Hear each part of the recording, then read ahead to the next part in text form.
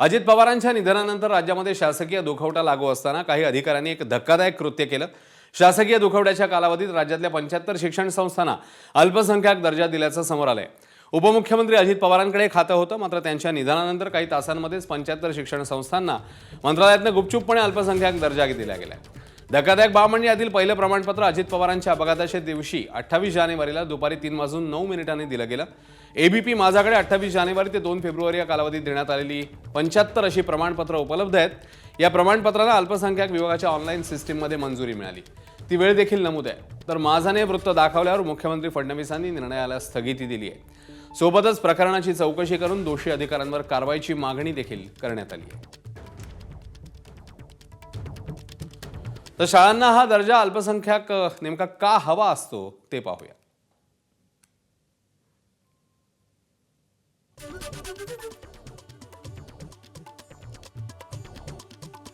अल्पसंख्याक दर्जाच्या शाळांना आरटीई कायदा हा लागू होत नाही।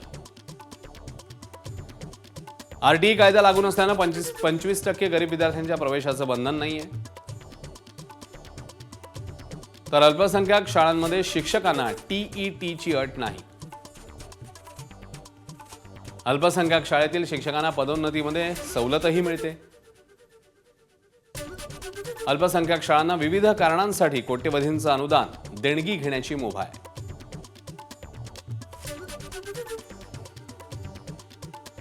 तर अजित पवारांच्या निधनानंतर अल्पसंख्याक दर्जाची खिरापत कशी वाटण्यात आली आहे नेमकी तेही बघूया।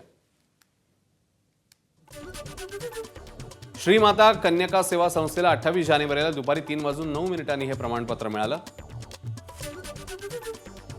सेवादास महाराज शिक्षक प्रसारक मंडळ यवतमाळलाही 28 जानेवारीलाच हे प्रमाणपत्र मिळालं। दादांच्या निधनादिवशी 28 जानेवारीला 7 संस्थांना अशी प्रमाणपत्राची खिरापत वाटण्यात आल्याचं समोर आलंय। 29 आणि 30 तारखेला मोठ्या संख्येने प्रमाणपत्रांचं वाटप झालेलं आहे। 1 फेब्रुवारीला रविवार असल्यानं प्रमाणपत्राचं वाटप झालं नाही। तर 2 फेब्रुवारीला पुन्हा अनेक संस्थांच्या शाळांना अल्पसंख्याक प्रमाणपत्र देण्यात आली। ऑगस्ट पासून एकही प्रमाणपत्र नाही, तर 4 दिवसातच 75 प्रमाणपत्रांचं वाटप करण्यात आलं। आणि 28 जानेवारी नंतरचे हे 4 दिवस आहेत। माणिकराव कोकाटे, दत्तात्रय भरणे, अजित पवार यांनी ही प्रमाणपत्र रोखलेली होती अशी ही माहिती समोर येते।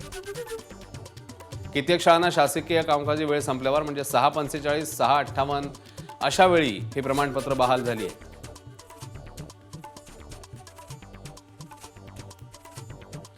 तर ठाकरेंच्या शिवसेनेचे नेते अंबादास दानवे आणि काँग्रेस प्रदेशाध्यक्ष हर्षवर्धन सपकाळ यांनी नेमके काय प्रतिक्रिया दिल्या आहेत यावर बघूया। अशा प्रकारची चौकशी आहे। याला तर टाळूवरचं रेताच्या टाळूवरचं लोणी खाणं हा शब्दशः हा प्रकार आहे। या प्रकरणाची चौकशी व्हावी, संबंधितावर कारवाई व्हावी। हे कोणाच्या इशाऱ्यावर गेलं? हे मुख्यमंत्री देवेंद्र फडणवीस याला जबाबदार आहे की अजून कोण जबाबदार आहे हे महाराष्ट्राला कळलं पाहिजे। एकंदरीत अजितदादा खमक्या एक व्यक्तिमत्वाचे धनी होते, एक प्रशासनावर त्यांची पकड होती आणि त्यांच्या निधनातून सावरण्याच्या आधीच जर असं कृत्य जर झालं असेल तर याची संपूर्ण जबाबदारी देवेंद्र फडणवीसांनी स्वीकारली पाहिजे। एबीपी माझा, उघडा डोळे बघा नीट।